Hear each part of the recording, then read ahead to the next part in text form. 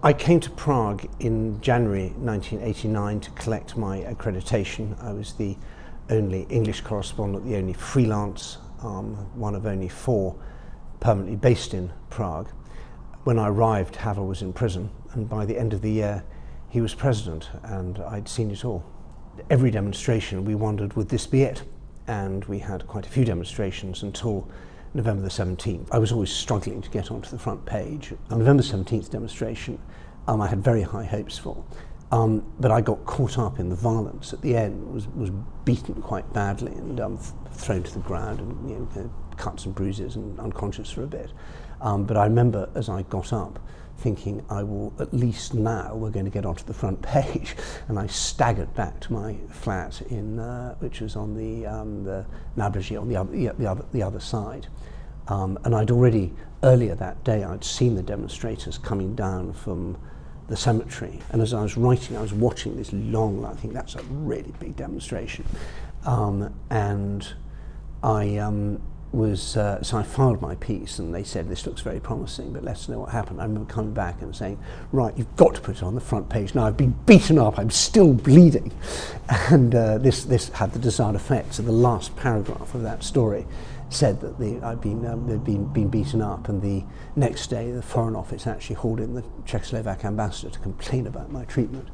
So I felt that was my rather sort of personal contribution to the revolution. But it was very exciting. I felt I was watching history unfold under my eyes. I made friends with these extraordinary people like Václav Havel, Jiří Dienstbier, Jan Orbán, and it was a great privilege to be both a spectator and in a way also a participant in the undoing of the terrible wrongs that had been done in Europe in the 1940s. So this is my contacts book, and in those days we didn't have electronic contacts books, so this is a book which I must have bought in London probably in 1988. It's held together with sellotape.